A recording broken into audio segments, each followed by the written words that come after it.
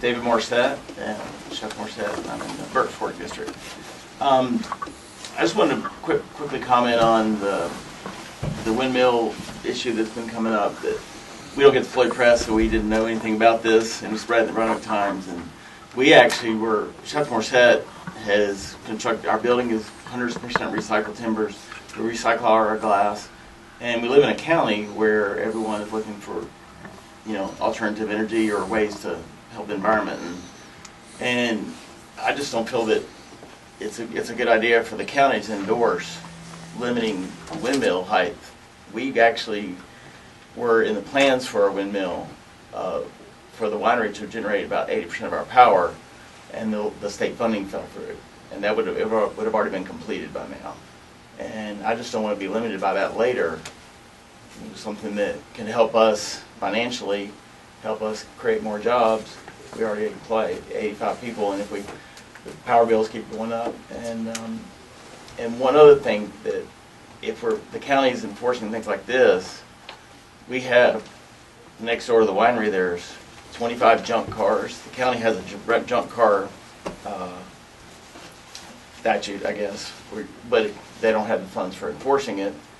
And down the road, there's a dog that I've called the animal control and the sheriff in real time. It's on a very, very steep curve, and someone's going to get killed in a really bad wreck right here, and the county can't do anything about it. So if the counties want to enforce things like this, I just don't think it's, where's the county?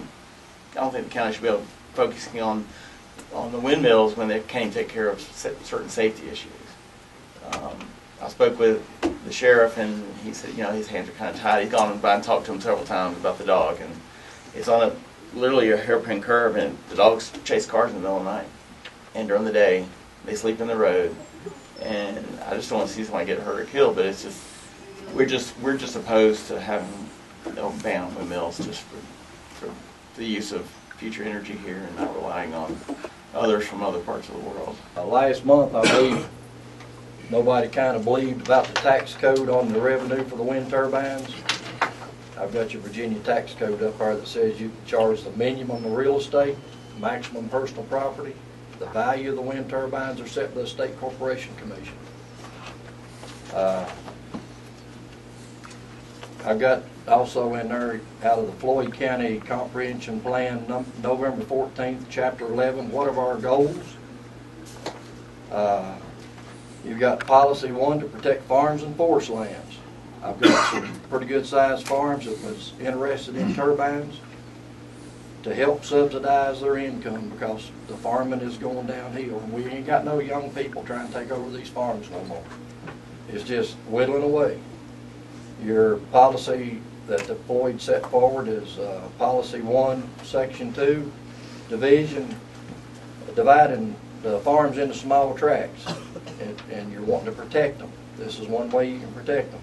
Policy 1.4, shall not prevent the construction of public utilities. If you ban the wind turbines, you're going against your own policy. Policy 1.12, best management for the farms, that should be left up to the farms on how they survive. And in your goals 3, expand with good paying jobs. If the wind turbines are allowed to come, I have been told that there is one company wanting to come that could employ as many as 50 people, but they want 2 wind turbines installed by the wind turbine company privately for themselves. Policy 7.11, which is in that packet I gave you. Encourage the use of energy sources such as wind and solar. If we want to shoot the wind down, we're not doing our own policies. Chapter 10 of your same code that I give you, the packet, how is property used in Floyd County? Page 167, future property use. Any future use chosen by the highest bidder regardless of the impact of the neighbors. That's in your all's packet. I also give you the state thing there for they're encouraging wind energy.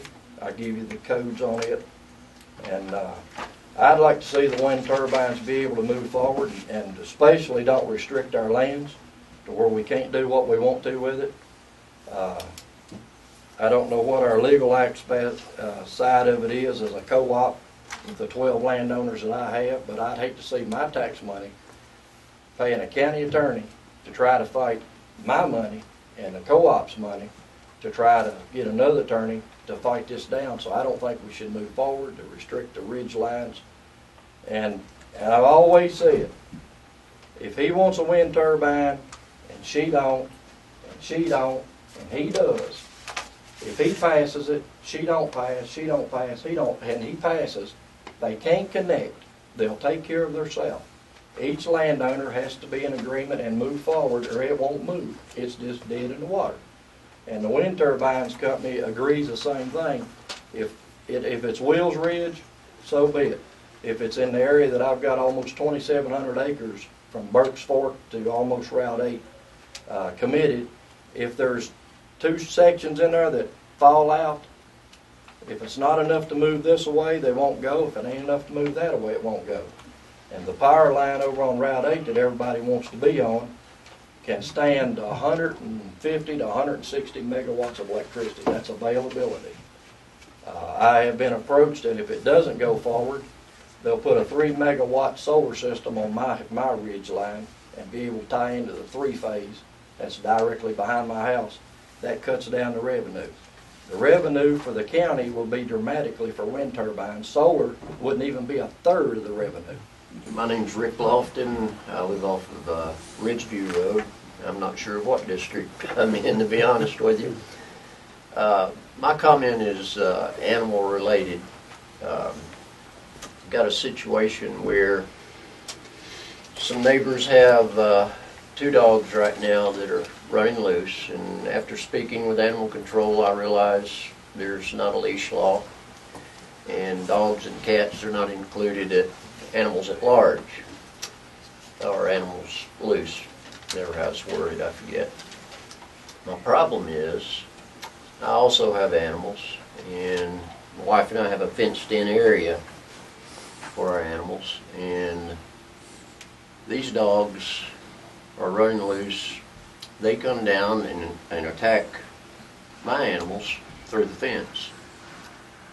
I have gone to the neighbors, and in the beginning we tried to work things out, and then it just kind of got to the point where there's no communication.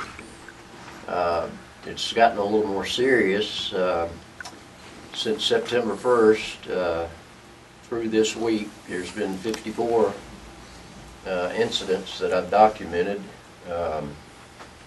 They have drawn blood on my animals, and after speaking with the Sheriff's Department, Animal Control, and Magistrate, I guess they could be deemed vicious or dangerous.